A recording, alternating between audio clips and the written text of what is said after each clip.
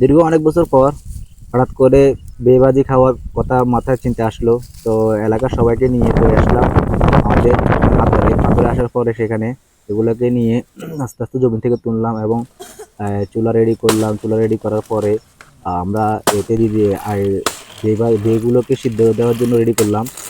আর এর ফাঁকে ছোটরা কিন্তু অনেক পরিশ্রম করতেছে, প্রচুর পরিমাণে পরিশ্রম, আমাকে হেল্প করছে এই বিবাজি করার কাজে। তো আমি আস্তে আস্তে আমাদের পেঁয়াজ কুচি টিয়াজ কুচি যা আছে সবগুলো রেডি করতেছি। আর ওইদিকে আমাদের সিদ্ধটা রেডি হয়ে গেছে। তো আমরা এখন তেল দিয়ে সম্পূর্ণ মশলাপাতি দিয়ে এগুলোকে এখন ভাজি করব। আর ভাজি করার জন্য যা যা ইনস্ট্রুমেন্ট লাগে সবগুলো আমরা নিয়ে আসছি।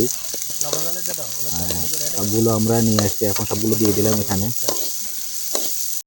দেখেন জাল মশলা হলুদ যা আছে সবগুলো একসাথে করে মিক্সিং করে এক ধরনের একটা ঝোল ঝোল করে সেখানে সব ধরনের আমাদের মশলাপাতি সবগুলো দিয়ে দিয়ে এক ধরনের একটা মশলার মতো তৈরি করে সেখানে এগুলোকে দিয়ে দিলাম। তো আমাদের সম্পূর্ণ পরিমাণে এখন আস্তে আস্তে এগুলো হয়ে গেছে। তো এখন আমরা এগুলো প্রেজেন্টেশন করার জন্য আমাদের যে একটা ডালা আছে ডালাতে আমরা এগুলোকে ডাললাম। আর ওই ডালার ভিতরে আমরা স্পেশাল মুড়ি পানের যে মুড়িটা আছে ওটা দিয়ে দিলাম। তো আমরা সবাই মিলে আস্তে আস্তে এখন খাচ্ছি।